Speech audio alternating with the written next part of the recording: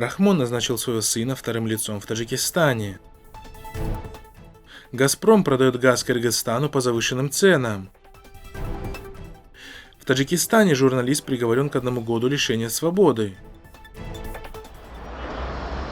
Президент Таджикистана Эмомали Рахмон назначил своего сына Рустама Эмомали на стратегический пост в госструктуре, пост председателя Верхней палаты парламента. Об этом сообщает пресс-служба президента Рахмона. Заместителями нового председателя, сменившего на посту тяжеловеса таджикской политики Махмадсаида Убайдуллоева, стали глава Сагдийской области Раджаббой Ахмадзода и глава Горно-Бадахшанской автономной области Юдгор Файзов. Рахмон, выступая на первом заседании Верхней палаты парламента Таджикистана 6-го созыва, поздравил своего сына.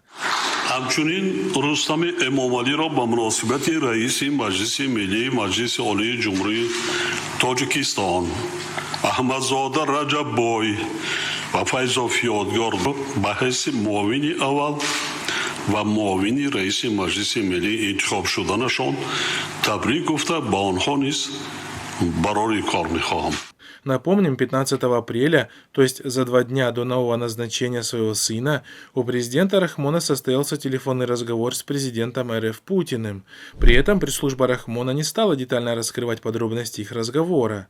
Наблюдатели отмечают, что с большей вероятностью Рахмон звонил Путину для того, чтобы получить одобрение на предстоящее назначение своего сына на ключевой пост, что также не является удивительным, учитывая давние колониальные связи Рахмона с Россией.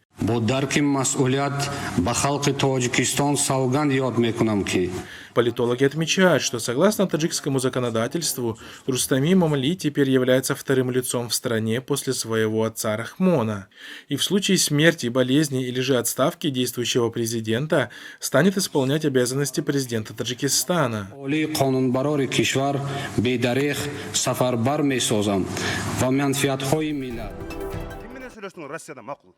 Депутат Жогорку Кинеша Жанарбек Акаев поинтересовался, почему на фоне падения цен на нефть и газ во всем мире в Кыргызстане цены на голубое топливо растут. Такой вопрос Акаев задал на заседании парламента, об этом пишет радио Азаттык. Напомним, что на сегодняшний день у «Газпром Кыргызстан», дочерней компании российского «Газпрома», установлены следующие тарифы на газ: 17,63 сома за кубометр для населения и 21,3 сома для юридических лиц. Долларга алат 1 кубын. Келиши $165, а бизге $230. Следует заметить, что российская компания «Газпром» закупает газ у Узбекистана, а Кыргызстану продает по $220 за 1000 кубометров. Разница со стоимости газа, который мог бы закупаться у Узбекистана напрямую, составляет для Кыргызстана $100 за 1000 кубометров. В последнее время на мировых биржах стоимость газа упала до $75–80. Жақсы жаманбы 2010 жылы биз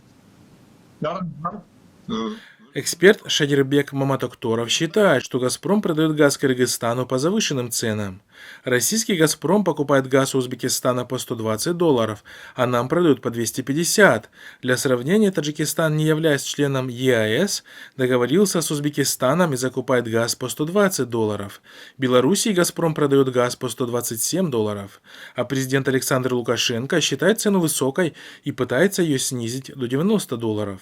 И он прав, на мировом рынке цена на голубое топливо упала до $75. Правильно ли то, что на фоне таких цен в мире «Газпром» продолжает продавать Кыргызстану газ по $250, а наше правительство молчит? О каком союзе, о каком партнерстве может идти речь, говорит Маматокторов.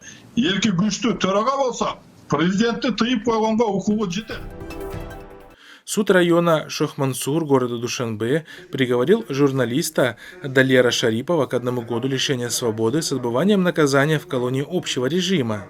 Об этом пишет Азия Плюс со ссылкой на адвоката журналиста Абдуманнона Шарифова.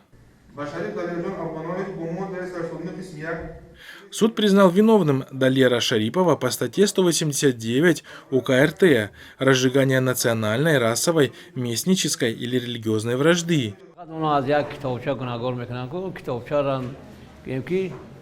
ягон хел хатоги дар он китобча дида намешавад. Отец Далера после объявления приговора выразил разочарование приговором. Мы надеялись, что Далера отпустят сегодня из зала суда, и он вернется к своей семье, но, к сожалению, этого не произошло.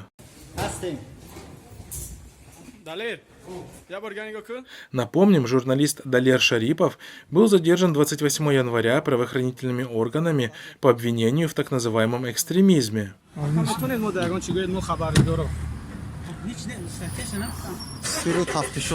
Стоит отметить, что согласно докладу Фонда «Справедливость для журналистов», Таджикистан лидирует в регионе по преследованию журналистов из-за их профессиональной деятельности.